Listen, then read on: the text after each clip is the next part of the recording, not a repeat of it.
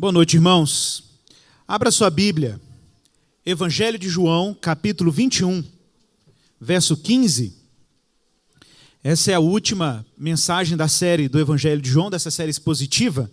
Quem veio acompanhando essa série desde o início, nós estamos chegando aí no final, na última estação, na última estação dessa viagem. Mas ela pode ser a primeira de outras, e é a nossa esperança. Mas vamos nos deleitar hoje, nesse finalzinho de jornada. O encargo de falar sobre esse último tema, o tema da série, não é muito fácil. Que Deus nos ajude para a gente conseguir, encerrar essa reflexão, de modo que Cristo seja glorificado. João capítulo 21, verso 15, o tema é a restauração de Pedro, apesar de que ele não se trata somente de Pedro, fala um pouco sobre João apóstolo, a gente vai falar um pouquinho sobre isso mais ao fim. Mas abra sua Bíblia, João 21, 15, leremos aí até o final, verso 25. Assim diz o Santo Evangelho. Depois de terem comido, perguntou Jesus a Simão Pedro, dizendo: Simão, filho de João, amas-me mais do que estes outros? Ele respondeu: Sim, Senhor, tu sabes que te amo. E ele lhe disse: Então vá, apacenta os meus cordeiros. Tornou a perguntar-lhe pela segunda vez: Simão, filho de João, tu me amas? Ele respondeu: Sim, Senhor, tu sabes que te amo. Disse-lhe Jesus: Então vá e pastoreie as minhas ovelhas. Pela terceira vez, Jesus lhe perguntou: Simão, filho de João, tu me amas? Pedro, então, se entristeceu por ele ter dito pela terceira vez: Tu me amas? E respondeu-lhe: Senhor, tu sabes todas as coisas. Tu sabes que eu te amo. Jesus lhe disse: Então, apacente as minhas ovelhas. Em verdade te digo que quando eras mais moço, tu te cingias a ti mesmo e andavas por onde querias. Quando, porém, fores velho, estenderás as mãos e outro te cingirá e te levará para onde não queres. Disse isto para significar com que gênero de morte Pedro havia de glorificar a Deus. Depois de assim falar, acrescentou-lhe: Segue-me. Então Pedro, voltando-se, viu que também o ia seguindo o discípulo a quem Jesus amava, o qual na ceia se reclinara sobre o peito de Jesus e perguntara: Senhor, quem é o traidor? Vendo, pois, Pedro perguntou a Jesus: E quanto a este? Respondeu-lhe Jesus: Se eu quero que ele permaneça até a minha vinda, o que te importa? Quanto a ti, me segue. Então se tornou corrente entre os irmãos o dito de que aquele discípulo não morreria. Ora, Jesus não dissera que tal discípulo não morreria, mas, se eu quero que ele permaneça até que eu venha, o que te importa? Este é o discípulo que dá testemunho a respeito destas coisas e que as escreve, e sabemos que o seu testemunho é verdadeiro. Há, porém, ainda muitas outras coisas que Jesus fez. Se todas elas fossem relatadas, uma por uma, creio eu, que nem no mundo inteiro caberiam os livros que seriam escritos. Vamos orar. Pai, em nome de Jesus, que o Senhor nos ajude, Pai. Que não sejamos um empecilho para a comunicação da Tua palavra. Não leve em consideração a nossa fragilidade e a nossa, ó Pai, vulnerabilidade enquanto humanos. Mas que o verbo de Deus seja plenamente comunicado, que a palavra de Deus seja plenamente comunicada a partir daquele que é o verbo de Deus, Jesus. Que o Senhor nos conduza por obra do Espírito a toda a verdade. Inclina o nosso coração a discernir o Teu querer, tira todo tipo de obstáculo, impedimento, todo tipo de autoconfiança que possa impedir com que a glória de Deus resplandeça. Mas que Tu sejas honrado, Senhor. Que Jesus Cristo seja glorificado. E somos gratos por essa jornada até agora, Pai. Nesse evangelho que é tão importante no testemunho dos grandes feitos e obras do nosso Senhor Jesus. Muito obrigado, Senhor, que Tu sejas louvado. É a nossa oração em Ti. Amém. Queridos irmãos, nós chegamos ao final. E aí é importante, ao chegarmos no final, lembrarmos dessa viagem. Obviamente, eu não ousarei aqui fazer um panorama do Evangelho, e diga graças a Deus por isso, mas a proposta é a gente lembrar pelo menos a intenção desse Evangelho. Irmãos, o Evangelho de João é um evangelho que trata basicamente de alguns temas. O Evangelho de João, é importante lembrar, começa seu evangelho, lá no prólogo, no capítulo 1, afirmando que no princípio era a palavra. O termo no original grego, as versões colocam verbo, mas o termo no original grego, o termo logos, em grego, significa a palavra. Baseado no princípio bíblico, obviamente, como está em Gênesis, que quando Deus criou o mundo e criou o universo, criou por meio da palavra. Deus não criou o mundo estalando o dedo, Deus não criou o mundo tossindo, Ele não criou o mundo aplaudindo, Ele criou o mundo falando. E a ideia é que Deus, quando criou o mundo falando, isso diz alguma coisa a respeito de Deus. É que Deus, no dia que decidiu criar, criou por meio daquilo que o expressa, por meio daquilo que comunica quem Ele é. E é isso mesmo. Jesus Cristo é, nesse sentido, expressão exata do seu ser. Verbo de Deus, que estava com Ele quando tudo estava sendo feito, e Ele mesmo era Deus, coparticipante da mesma natureza do Pai. Deus criou o mundo por meio de Jesus, e tudo que foi feito por meio dele. Ele, Jesus, é a vida, a luz dos homens, e vimos a sua glória como a glória do unigênito do Pai. E lá no versículo 14 do primeiro capítulo de João é dito que esse verbo, que coisa extraordinária, se fez carne e habitou entre nós. E aí nós nos escandalizamos, eventualmente, e a teologia, em alguns segmentos, principalmente no mundo muçulmano, no mundo judaico, tem muita dificuldade com essa afirmação. Como pode um Deus magnífico, grandioso, como descrito no Antigo Testamento, um Deus cuja santidade é fogo devorador, um Deus, como diz a canção de Moisés, é um Deus terrível em maravilhas e grandes feitos, o Deus que forjou no nível subatômico a estrutura da matéria, como nós a conhecemos, o Deus que teceu o nosso universo com ondas eletromagnéticas, com misteriosa lei da gravidade, sustentando um funcionamento harmonioso, um ajuste finíssimo para manter todo esse universo funcionando e possibilitar a existência da vida orgânica complexa como nós a conhecemos. Que coisa extraordinária! Que Deus poderosíssimo! É verdade. Só de meditarmos um pouco na grandeza desse Deus, já nos espantamos. Mas mais espantoso ainda é pensar que esse Deus, por decisão eterna, fez habitar aquele que é a expressão exata do seu ser, plenamente divino como ele é, instrumento, meio pelo qual ele criou o universo, o seu verbo, se faz carne, habita num corpo humano e vive aqui escandalosamente num corpo frágil de um israelita, um jovem judeu da Galileia, por meio de quem ele se revelou. De fato, quando nós pensamos sobre o que é o Evangelho e como ele se expressa no Cristo encarnado, no Verbo encarnado, isso escandaliza as nossas mentes. Mas é curioso pensar que nós não temos, em algum nível, dificuldade de reconhecer que esse Deus criou um universo tão complexo, tão rico, tão cheio de meticulosidades, de detalhes, e de repente nos espantamos, porque esse Deus que é todo-poderoso, como diz o credo cristão, de repente decidiu se colocar no mundo que ele criou, no corpo de um jovem frágil.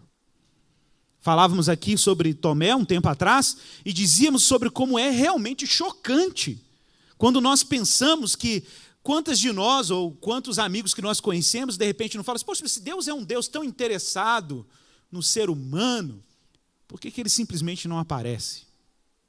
A questão é que ele apareceu. Exatamente o que ele fez, foi exatamente isso que ele fez. Ele apareceu. Mas ele apareceu de um modo nada conveniente para as nossas expectativas. Sabe como é que é ser humano, né? Ser humano gosta de um espetáculo. Então, se Deus é todo-poderoso, é tão grandioso e tão maravilhoso como as Escrituras dizem, a aparição dele tinha que ser um escândalo, tinha que ser um espetáculo, tinha que aparecer os anjos fazendo coro de fundo, né? A gente imagina Deus aparecendo na densidade da glória dele como um rei, né, gente? Uma aparição digna de um rei, uma aparição digna do Criador do universo. Mas é claro que se ele aparecesse assim, ele seria uma aparição exatamente de acordo com as expectativas, nossas expectativas.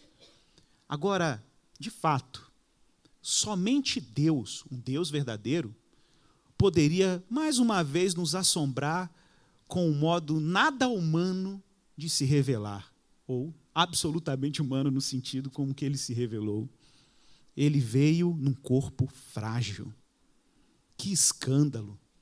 Que escândalo! O Criador do universo, oculto e ao mesmo tempo revelado na carne de Jesus de Nazaré. Meus irmãos, esse é o grande choque da mensagem evangélica, e João está disposto, ao longo do seu evangelho, em descrever com detalhes, ou pelo menos destacar com detalhes, alguns eventos que ele considera que são essenciais para que possamos entender que Jesus é o Filho de Deus, que Jesus é o unigênito de Deus, um termo que é exclusivamente usado no vocabulário de João, tanto no Evangelho como nas suas cartas em Apocalipse. Ele é o único autor do Novo Testamento que se refere a Jesus como unigênito. Jesus é o Cristo, o Messias ungido de Deus, e ele é o Senhor. É bem isso que ele diz lá no capítulo 20, quando ele fala a intenção da produção de uma obra como essa. No verso 30, João diz assim: na verdade, fez Jesus diante dos discípulos muitos outros sinais, que não estão escritos neste livro.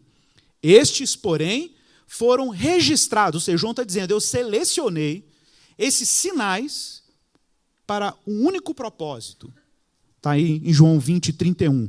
Para que creiais que Jesus é o Cristo ungido, o Messias, o Filho de Deus, e para que crendo tenhais vida em seu nome. Pois então, meus irmãos, nessa jornada no Evangelho de João, uma coisa que fica muito nítida, a gente falou um pouco sobre isso em Tomé, quando Jesus fala que bem-aventurados que não viram e creram, é que, na verdade, Jesus se apresenta de uma forma muito graciosa na medida que nós nos expomos a essa história do Evangelho de João. Na medida que nós nos expomos à história da revelação de Deus no Evangelho, mesmo que estejamos 2000 anos de distância daquele evento, é como se, de alguma forma, pela graça de Deus, Jesus fosse, de fato, revelado na medida que nos expomos à história de quem Ele é no Evangelho. Olha, não é à toa que esses 4 primeiros textos do Novo Testamento são chamados de evangelhos. Né? Nós chamamos de evangelhos porque eles narram uma boa notícia. Deus anda aprontando alguma coisa boa no mundo. E por isso é uma boa nova. Por isso é uma boa notícia. A palavra evangelho no original quer dizer isso. Boa notícia, uma boa nova. E a boa nova é essa. A boa nova é que Deus anda reconciliando pecadores consigo mesmo. Deus anda antecipando os sinais do reino vindouro na era presente. Deus, por meio de Jesus, intervém e se intromete na história para atrair os homens para si. Ou, na linguagem de Jesus, para atrair as ovelhas do seu aprisco, as ovelhas que pertencem ao rebanho do supremo pastor, do bom pastor. Nós vamos ver isso daqui a pouco. De qualquer forma, no texto que nós lemos hoje, nós temos aí mais uma aparição de Jesus após a sua ressurreição. É a terceira aparição. A primeira foi aquela que os discípulos estavam trancafiados no primeiro dia da semana, nas vésperas da ressurreição, sem saberem que Cristo havia ressuscitado, ainda meio confusos com a notícia de Maria Madalena, que havia encontrado Jesus ressuscitado próximo ao túmulo, mas dessa vez os discípulos estão ali tremendo e Jesus aparece com a porta trancada e diz, paz seja convosco. Eu brinquei aqui, né? Jesus falou em língua hebraica, shalom aleichem, ou se fosse em árabe, salam aleikum. Que é a mesma coisa, né? mesma expressão, tanto em árabe quanto em hebraico, são línguas semitas, a estrutura é a mesma. E os semitas saudam assim, né? Paz sobre vós. E Jesus aparece ali, anunciando que ele venceu a morte. E de repente, do medo e da tensão real da possibilidade real de repente, terem que ser crucificados como Jesus foi crucificado, como integrantes de uma quadrilha que tentava conspirar contra César, afirmando um descendente de Davi como membro da casa real e Messias. Que coisa mais subversiva. Era muito arriscado, de fato. E ficar em Jerusalém era um negócio complicado. Beleza, Jesus aparece, os discípulos se alegram, e o quadro é muito, muito interessante. De repente, do medo, a coisa muda para alegria. Mas Jesus desaparece de novo. Uma semana depois, no outro sábado, ou no outro domingo, Jesus aparece de novo na casa e os discípulos estavam lá reunidos. Dessa vez tinha um elemento que não estava presente no outro evento, Tomé. E os discípulos tinham dito para Tomé, nós vimos o Senhor. E Tomé diz, não acredito nisso, só se eu ver. E aí nós lembramos aqui um pouco da história em que Tomé tem um encontro com a realidade. Tomé tem um encontro com o Cristo real, com o Cristo vivo. Jesus não é um fantasma, Jesus ele não é transparente, Jesus não é metafísico, Jesus não é uma nuvem. Eu brincava que Jesus não é a composição do Cristo ressuscitado não é ectoplasma, para quem lembra aí do Caça-Fantasmas, né? Então Jesus não tinha ectoplasma, Jesus era realidade bruta, Jesus era a fonte de toda a realidade, é o verbo de Deus. E a realidade como nós a conhecemos se dissolve, se abre como uma cortina diante de quem Ele é. E aí nós caminhamos, e finalmente chegamos na terceira aparição. Os discípulos estavam pescando, já lá na Galileia, não estavam mais em Jerusalém. Os discípulos estavam entretidos com a arte, o ofício clássico, pescaria. E Jesus aparece. Jesus aparece e os discípulos ainda não conseguem discernir se era Ele mesmo.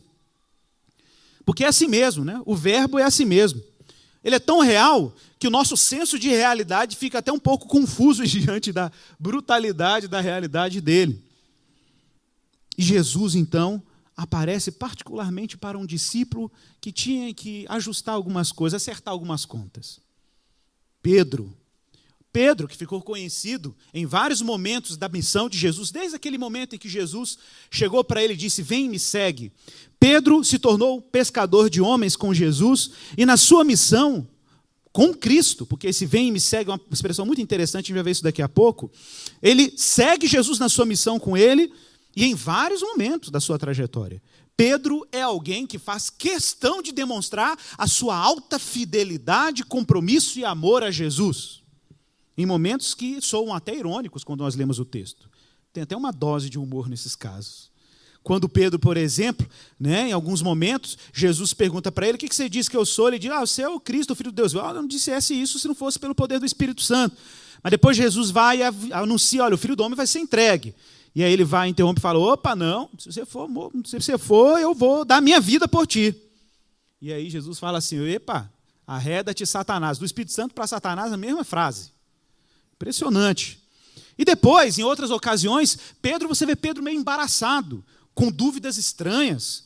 E mais em alguns momentos, Jesus está prestes a ser crucificado, a ser conduzido à prisão. Ele puxa a espada e tenta defender Jesus, cortando a orelha de Malco, numa atitude impulsiva. E Jesus sempre apaziguando o coração de Pedro em relação a esses repentes de demonstração religiosa, de devoção à missão de Jesus. E João capítulo 3, verso 37, eu acho uma frase tão forte, Pedro diz assim para ele, por ti darei a própria vida. Por ti darei a própria vida. No primeiro evento, em que o drama da crucificação foi se intensificando, lembra do texto? A coisa foi ficando mais grave, Jesus está preso, Jesus está caminhando para um tribunal sacerdotal, depois para um tribunal romano. Pedro, de repente, simplesmente nega Jesus, 3 vezes, como Cristo havia previsto. A cena é feia. É trágica. O apóstolo que disse que daria a própria vida está agora preocupado em se preservar. Está preocupado em ficar inteiro. Escapar dessa fria. Jesus então aparece para Pedro. E pergunta para ele 3 vezes se ele o ama. Algumas pessoas fazem diferença entre ágape e fileus, palavras que aparecem no original, e essa distinção não é necessária. Na verdade, esses termos são intercambiáveis, são termos sinônimos. Isso é o menos relevante. Na verdade, o que é relevante no texto é o fato de Jesus repetir essa pergunta 3 vezes, na mesma quantidade de vezes que Pedro havia negado a ele. E em vários momentos, né, durante o drama das perguntas, Pedro se desarma na terceira vez e se entristece. A pergunta de Jesus, pela terceira vez, o feriu profundamente, ou o atingiu profundamente, ele se entristece.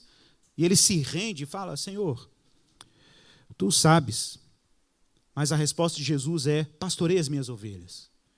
Pastoreia as minhas ovelhas.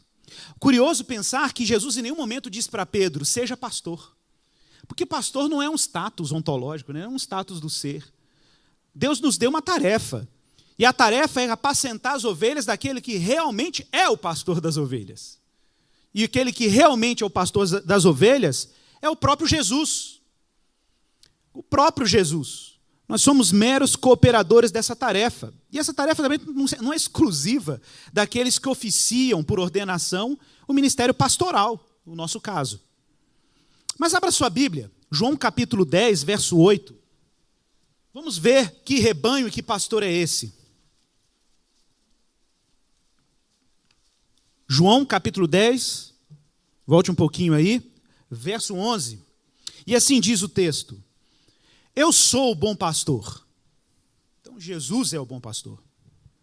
O bom pastor, agora preste atenção, essa foi uma lição dada para os discípulos. Uma lição que Pedro estava presente, ok? E Jesus já tinha dado um aviso, o que é ser um bom pastor. E ele é o bom pastor. E ele fala: o bom pastor é aquele que dá vida pelas suas ovelhas. E o mercenário, o oportunista, é aquele que não é pastor. O problema, gente, do mercenário é que ele não é pastor. O problema do mercenário é que ele se apropria das ovelhas como as ovelhas fossem dele. E as ovelhas não são de ninguém. As ovelhas, na verdade, só são de um pastor, que é o próprio Cristo. E ele continua dizendo: a quem não pertencem as ovelhas. O mercenário, quando vê vir o lobo, abandona as ovelhas e foge, porque ele é oportunista. Ele se utiliza das ovelhas até o momento em que a sua integridade, até o momento em que o seu senso de autopreservação é provocado. Exatamente como o caso de Pedro, a propósito. E aí o texto continua: o mercenário foge, porque é mercenário e não tem cuidado com as ovelhas. Mas eu sou o bom pastor. Eu conheço as minhas ovelhas e elas me conhecem. Assim como o Pai me conhece, a mim, e eu conheço o Pai e dou a minha vida pelas ovelhas, ainda tenho outras ovelhas que não são desse aprisco. A mim convém conduzi-las, elas ouvirão a minha voz, então haverá um rebanho e um pastor. Atenção para essa frase, porque essa frase é uma dica messiânica de Jesus. Essa expressão, um rebanho, um só pastor, Jesus está praticamente citando Ezequiel 37, verso 24, que fala do filho de Davi que viria e seria pastor. O termo é exatamente esse. Ezequiel 34, 25 diz assim: o meu servo Davi reinará sobre eles, e todos eles terão um só pastor, e andarão nos meus juízos, guardarão os meus estatutos e observarão. Uma profecia de mais ou menos 300 anos antes de Jesus falar isso. Então, o profeta está prevendo um dia em que o rei Messias, filho de Davi, apacentaria Israel, ou apacentaria os eleitos de Deus, o povo de Deus. E aí Jesus traz o eco da profecia de Ezequiel e diz: olha, haverá um rebanho e um só pastor. Por isso, o Pai me ama, porque eu dou a minha vida para reassumir. Ninguém a tira de mim, pelo contrário, eu espontaneamente a dou. Tenho autoridade para entregar e também para reavê-la. Este mandato eu recebi do Pai. Queridos, atenção para isso. Pedro, então, tem uma crise diante da real possibilidade da morte de Jesus. Jesus, de fato, é preso, torturado, morto e sepultado. Essa cena, gente, era um atestado de fracasso do projeto messiânico, ou pelo menos da expectativa que os discípulos tinham sobre a missão messiânica de Jesus. Se ele é o Messias, se ele é ungido. Eu já brinquei isso aqui na igreja, né? Jesus, ao invés de ir para o Monte Sião, ele desvia e vai para o Calvário. Jesus, em vez de sentar no trono de Davi no Monte Sião, ele vai para o Calvário e vai para a cruz. Na percepção dos discípulos, o projeto messiânico de Jesus é um fracasso para muitos deles. Fracassou o projeto. E Pedro se vê ameaçado. Pedro vê Pedro que estava no caminho com Jesus de Jerusalém, discutindo com os discípulos quem seria o maior ou menor quando Jesus assentasse no trono. E de repente, Pedro se vê completamente vulnerável diante da crucificação de Jesus. Negou Jesus 3 vezes, havia dito que daria sua vida por ele, e agora se encontra vulnerável. Mas o pastor Jesus estava morrendo na cruz porque ele estava dando a sua vida pelas suas ovelhas. E agora Jesus está ensinando a Pedro a cuidar das ovelhas dele. O Pedro, que correu diante do primeiro aperto, como os mercenários corriam diante do lobo. E agora Jesus está educando Pedro. Jesus está concluindo o programa educacional, o discipulado de Pedro. É o final do currículo, é a última lição. É a última lição em 3 anos de formação com Jesus Cristo. E a última lição de Pedro agora é aprender a ser pastor de verdade. E vai aprender com um pastor supremo que é Jesus Cristo. E não é que Pedrinho aprendeu? Olha que coisa interessante. Vamos ver o Pedro no futuro? A gente tem essa liberdade hoje, a gente não está nessa época da história, então a gente pode ver, a gente já sabe o fim desde o começo, né, mais ou menos. Não é igual Deus, mas a gente sabe pela Bíblia algumas coisas. Abra sua Bíblia aí. Vamos ver uma carta que Pedro escreveu, depois de estar exercendo seu ministério, pastoreando, formando outros pastores. 1 Pedro, capítulo 5. Vamos ver como é que Pedro ensina os pastores a apacentar. Vamos ver se ele aprendeu a lição. 1 Pedro, capítulo 5, verso 1 ao verso 4. O próprio Pedro escreveu essas orientações. Olha o que ele diz. Rogo aos presbíteros que há entre vós. Os presbíteros são os anciãos da igreja, os oficiais da igreja. Rogo, pois, aos presbíteros que há entre vós. Eu, presbítero como eles. Observe que interessante. Aqui Pedro não se coloca como o bispo primaz da igreja. Ele não se coloca como um papa. Ele não se coloca como um superior aos outros. Ele se coloca como um presbítero, como um co-pastor com todos os outros na igreja. Talvez com a única diferença, como ele diz depois, que ele foi testemunha dos sofrimentos de Cristo. E ainda será coparticipante da glória que há de ser revelada, se referindo aí à vinda de Jesus. Olha a ordem dele, verso 2. Pastoreai o rebanho de Deus. Quase que a ordem que ele recebe de Jesus, né? Vai e apacenta as minhas ovelhas. E ele diz, pastoreai o rebanho de Deus que há entre vós. Não por constrangimento, mas espontaneamente, como Deus quer. Nem por sorte da ganância, mas de boa vontade. Nem como dominadores do que vos foram confiados. Antes, tornando-vos modelos do rebanho. Ora, logo que o supremo pastor se manifestar, o supremo pastor é Jesus, que já havia dito lá em João capítulo 10, que ele é o pastor, o bom pastor, e que ele tem um rebanho para si. Ele diz, quando o supremo pastor se manifestar, vocês receberão a inacessível coroa da glória, coroa que não se deteriora, não se decompõe. Olha que interessante esse texto. Não é à toa, eu achei curioso, porque se você olhar com carinho esse texto, de forma assim bem criteriosa, você vai observar que existem 3 tópicos que se repetem aqui. 3 tópicos que se repetem aqui. Primeiro, 3 tópicos que tratam de como não se deve pastorear. Depois, 3 tópicos que tratam como se deve pastorear. E depois, 3 tópicos sobre as características desse rebanho que está sendo pastoreado. Tudo nesses pouquinhos versos. Né? Essa estrutura tríplice é interessante. Né? Primeiro, como não pastorear? Pedro diz claramente, não se pode pastorear por constrangimento. Não sei se vocês leram isso aí. Não se pode pastorear por ganância financeira. E não se pode pastorear por dominação. Por uma razão muito simples. Nos 3 casos, você não pode pastorear como se as ovelhas fossem uma propriedade sua. Essas ovelhas são ovelhas do Supremo Pastor Jesus Cristo.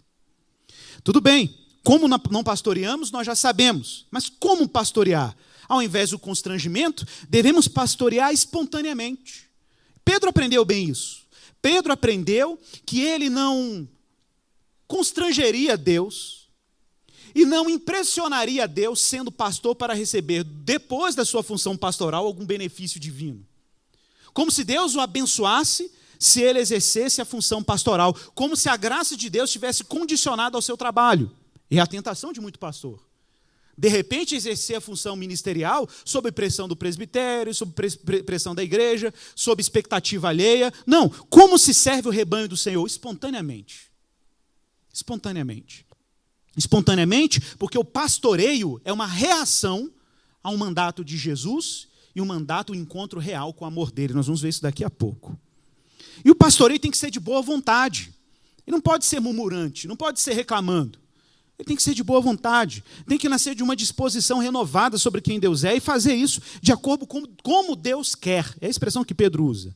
Sendo que modelo das ovelhas dos fiéis. Mas um detalhe, tudo isso, porque esse rebanho é primeiro o rebanho de Deus, segundo, um rebanho confiado por Deus e terceiro, um rebanho que pertence ao supremo pastor, que é Jesus Cristo. Curiosamente, depois desse encontro de Pedro com a sua própria vulnerabilidade, nós vamos falar um pouquinho disso aqui para frente, Deus termina essas 3 perguntas com uma ordem. Uma ordem que deve ter dado um belo déjà vu na cabeça de Pedro, um flashback. Pedro voltou lá para 3 anos atrás. Jesus diz para Pedro, vem e me segue. Ora, mas ele já tinha dito isso no início do ministério de Pedro. Mas agora é o Pedro 2.0, né, gente? O 1.0 tem que ser superado. Aquele Pedro do 1.0 era o Pedro pescador de homens, agora é o Pedro pastor, né? Imagina, Pedro segurando o cajado do pastor, agora tem que pôr um anzol aqui em cima, né? De pescador de homens para apacentador das ovelhas do Senhor. Essa linguagem pastoril de Jesus é interessante porque ela remete, Jesus como filho de Davi, Davi era o pastor de ovelhas, né? Remete à identidade messiânica de Davi, e Jesus é o bom pastor, como ele mesmo afirma. Depois que Pedro se coloca frágil diante de Jesus, depois que ele tem um encontro com a sua fraqueza, ele diz claramente, Senhor, tu sabes, Pai, tu sabes que eu te amo. Pois é, então me segue. Seguir a Jesus significa faça como eu faço, veja como eu faço e faça como eu faço. É isso. Vem e me segue. Jesus fez isso com Pedro no primeiro momento, e agora Pedro é convocado a fazer isso com Cristo no segundo momento. Essa é a última lição de Pedro, só que Jesus emite um pronunciamento profético em relação ao futuro de Pedro. Pedro, você correu, né? Negou 3 vezes. Não é que Cristo é vingativo. É que, na verdade, Cristo está preparando Pedro para chegar no ápice da sua missão. E o ápice da missão de Pedro era aprender com o bom pastor, que o bom pastor dá a vida pelas suas ovelhas. Verso 18. Em verdade te digo, Pedro, que quando você era mais moço, tu te cingias a ti mesmo e andavas por onde querias. Quando, porém, fores velho, estenderás as mãos e outro te cingirá e te levará para onde não queres. Disse isto para significar o gênero de morte que Pedro haveria de glorificar a Deus. Depois de assim falar, acrescentou mais uma vez, segue-me. Está entendendo a dica? Como que Pedro tem que seguir Jesus? Ele segue Jesus pastoreando, imita Jesus pastoreando e imita Jesus na sua morte. Como os irmãos sabem, Pedro foi martirizado. Pedro experimentou o martírio. Claro, existe aí uma tradição no cristianismo que diz que Pedro foi crucificado e de cabeça para baixo. Nós não sabemos a legitimidade da fonte dessa narrativa, mas fato é que ele sofreu um martírio. Tertuliano, por exemplo, menciona nas suas obras que Pedro, inclusive, foi cingido por outrem antes do seu martírio, exatamente como Jesus havia previsto. O ato de estender a mão é um sinal quase evidente de que Pedro morreria do mesmo gênero que Jesus morreu, crucificado. Pedro, então, glorificaria a Deus pelo martírio, reproduzindo aquilo que o seu mestre fizera. Pedro, que temia ser crucificado, e que, lembrando um pouco aqui, fez um juramento: por ti darei a própria vida. E não é que o troço se cumpriu mesmo? Se cumpriu. Por ti darei a minha própria vida.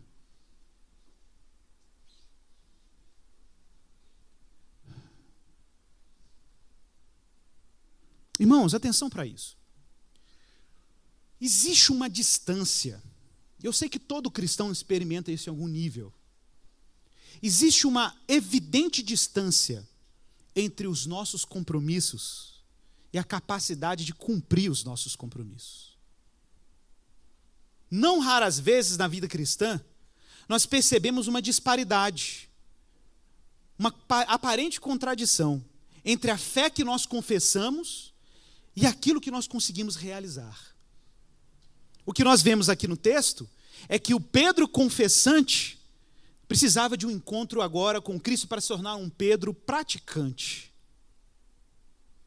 Às vezes, nós cristãos somos excelentes na nossa capacidade de confessar.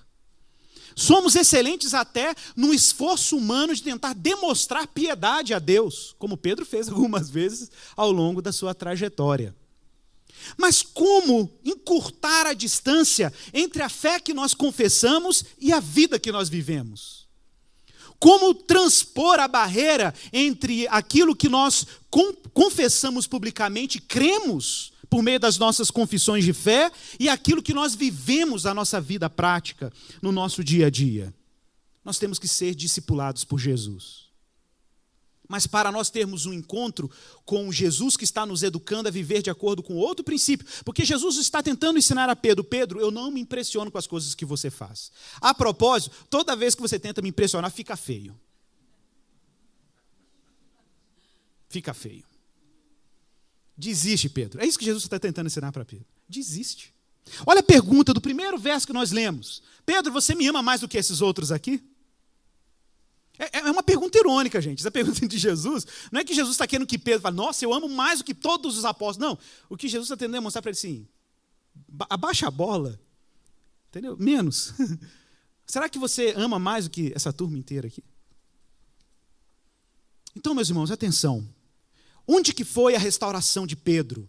Da sua tristeza, daquelas perguntas doloridas de Jesus: tu me amas, tu me amas, tu me amas. Onde que foi a cura de Pedro?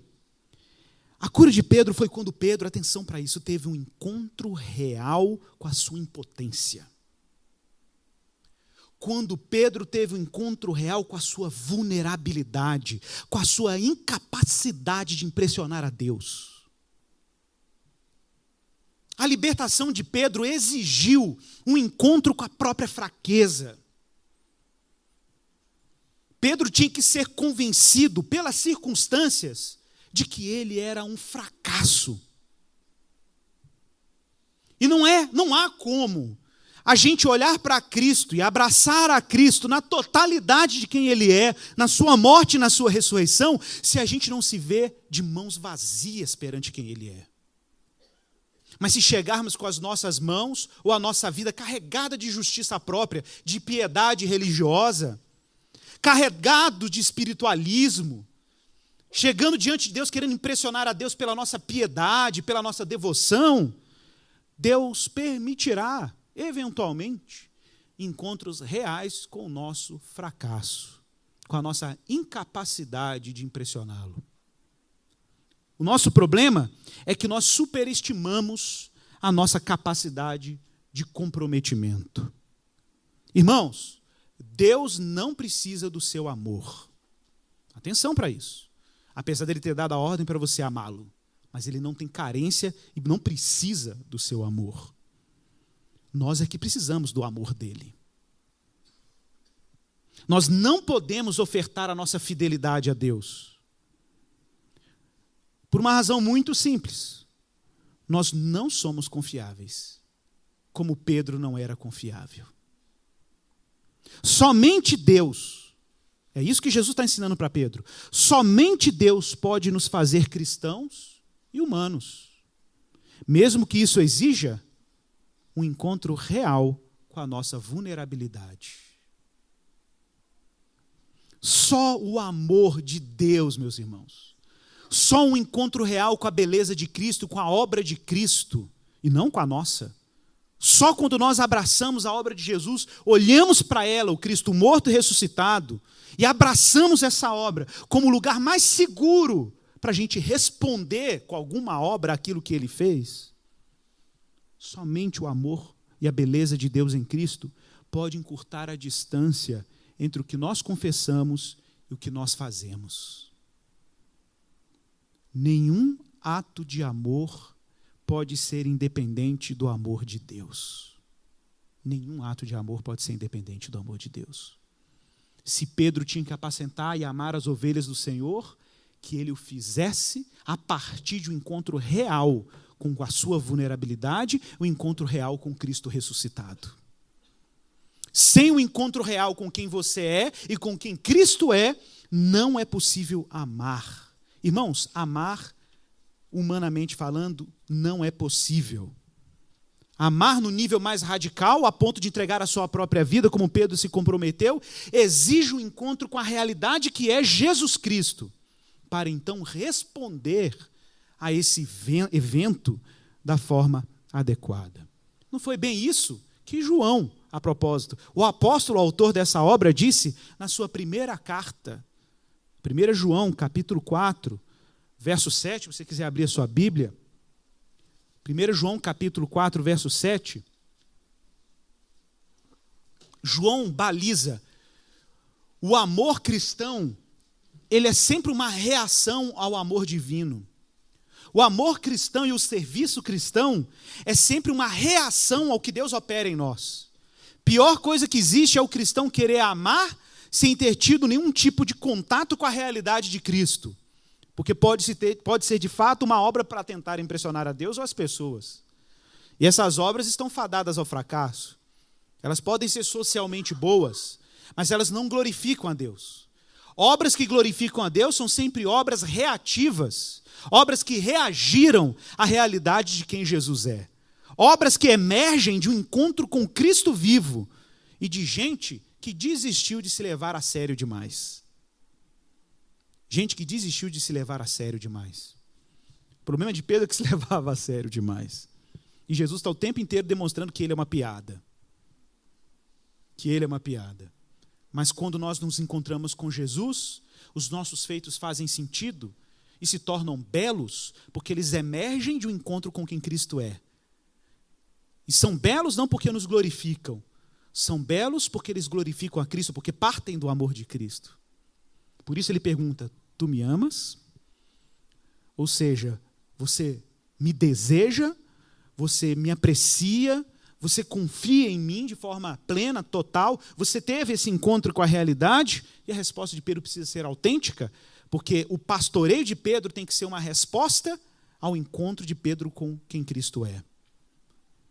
E aí João diz assim, irmãos, 1 João capítulo 4, verso 7, amados, amemo-nos uns aos outros. Tudo bem, você poderia, se não continuasse lendo o texto, dizendo assim, João é lindo, João está propondo um amor fraternal, um encontro de alteridade profunda, de tolerância fraternal, blé, blé, blé, mimimi e tererê. Paz e amor. João está propondo uma igreja riponga para a glória de Deus. Não, gente. João não está usando amor aqui de forma banal, fútil, romantizada, zoada. Não é coraçãozinho de Twitter e WhatsApp, não é isso. Quando João diz, amados, amemo-nos uns aos outros, ele vai construir uma explicação teológica por que nós devemos amar uns aos outros. Tem uma razão de ser isso. Tem uma causa para a gente amar na experiência comunitária. Para começar, esse amor não é seu. Esse amor não emerge da gente. Ele diz, porque o amor procede de Deus. Interessante, então já mudou. Para amar na comunidade, o amor tem que ter uma fonte. E a fonte é o próprio Deus. Mas todo aquele que ama autenticamente, ou seja, aquele que ama de Deus, é nascido de Deus e conhece a Deus. Então significa que se você nasceu de Deus, nasceu de novo, como diz, a palavra de Deus, da água e do Espírito, logo você conhece a Deus e ama por essa razão. Por isso a pergunta de Jesus a Pedro, tu me amas? Porque o amor de Pedro seria o sinal de que Pedro tinha nascido de novo e que Pedro conhecia a Deus agora, plenamente revelado na morte e na ressurreição de Jesus. Porque sem isso, nós não trabalhamos, nós não amamos autenticamente. Aquele que não ama, não conhece a Deus. Por uma razão muito simples, Deus é amor. Nisto se manifestou o amor de Deus em nós, em haver Deus enviado o seu Filho unigênito ao mundo para vivermos por meio dele. Então, como que um cristão vive de qualquer jeito? Não, um cristão vive por meio de Jesus. Pensa assim, Jesus é como se fosse o aquário onde o peixe tem que estar para respirar e viver. Se sair do aquário, morre. Para o cristão não tem jeito. A gente só consegue viver se a gente estiver em Cristo. Pedro só conseguiria pastorear as ovelhas do Senhor se ele o fizesse em Cristo. Qualquer tentativa de viver a vida fora de Cristo para o cristão é como o peixe fora d'água. Nós vivemos por meio dele. Mas o que é o amor, verso 10? Nisto consiste o amor, não em que nós tenhamos amado a Deus. Atenção, o amor não é porque nós amamos a Deus. É isso que o João está tentando explicar aqui. Todo amor cristão é uma reação ao amor de Deus. Repito, João diz, nisso consiste o amor de Deus, não em que nós tenhamos amado a Deus, mas que Ele nos amou, por isso enviou o seu Filho como propiciação pelos nossos pecados. E aí ele dá a ordem a partir da realidade do amor de Cristo, verso 11. Amados, se Deus de tal maneira nos amou, qual é a nossa resposta? Devemos nós também amar uns aos outros. E Jesus chega para Pedro e diz, me segue. Me segue, até as últimas consequências. Então Pedro, numa outra cena, no verso 20, voltando-se, viu que também ia seguindo o discípulo a quem Jesus amava. Então Pedro estava ali caminhando ordinariamente com Jesus na beira do mar da Galileia, na região de Tiberíades, lugar muito bonito, já estive lá, é muito bonito, paisagem bonita, um mar calmo. Imagine, um dia ensolarado. E está lá Jesus caminhando com Pedro numa conversa íntima. E de repente Pedro olha para trás e vê um que está lá atrás andando. Era João, o apóstolo, que está narrando esse texto. E aí ele até menciona, aquele lá era o discípulo amado que tinha reclinado no peito de Jesus na última ceia. Vendo, pois, Pedro perguntou a Jesus, Jesus, e quanto a que é esse aqui, ó, que está vindo aqui atrás? Pedro perguntou, que aí? Que vai... Tá bom, eu já entendi, eu vou morrer martirizado. Eu vou realizar uma palavra que eu disse, de que eu morreria por ti. E o Senhor vai me dar graça para isso, ok. Mas e quanto a ele aqui, esse que está vindo aqui atrás, o Joãozinho?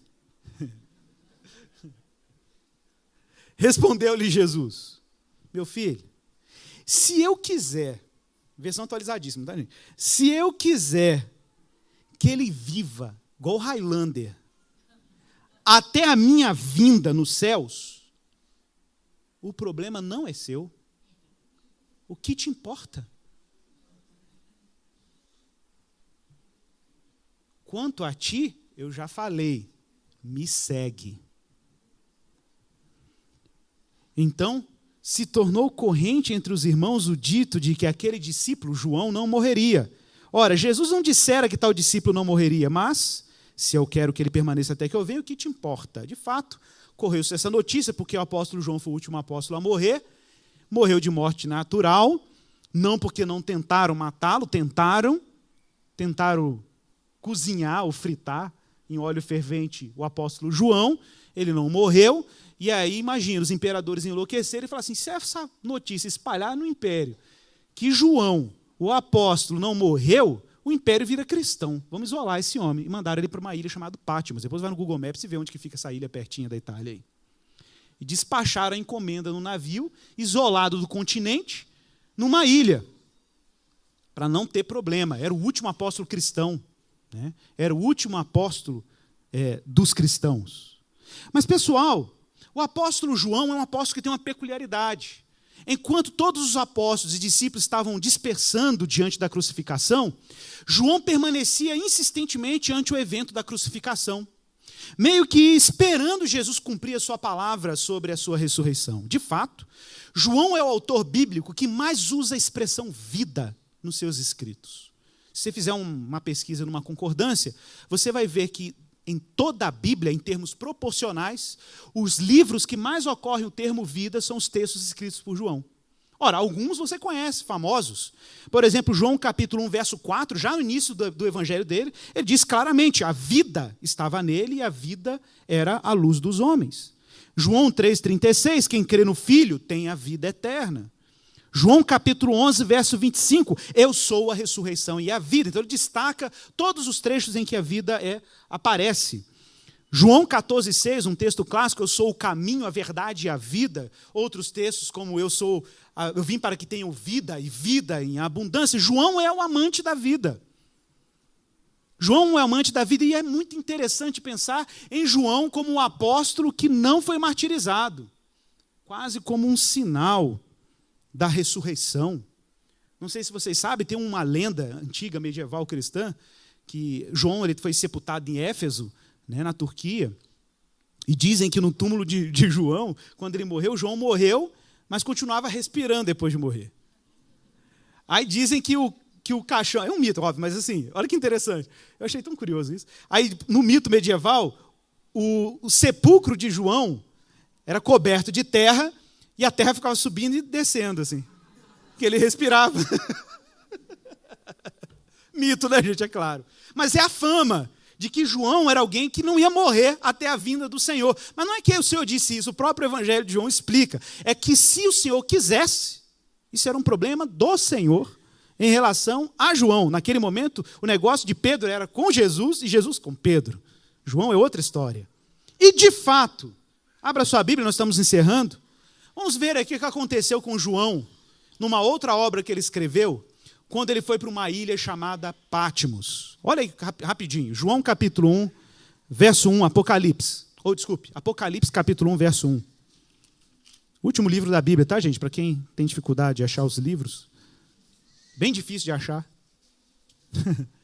Apocalipse capítulo 1. Verso 10. Interessante, porque o texto diz, vocês vão ver daqui para frente, que Jesus aparece agora para João, no final da carreira dele, de novo no domingo. No primeiro dia da semana. Num dia como esse. E no primeiro dia da semana, no dia do Senhor, eu me encontrei em espírito e ouvi atrás de mim uma voz forte como de trombeta. João estava na ilha de Patmos, se você ver no verso 9.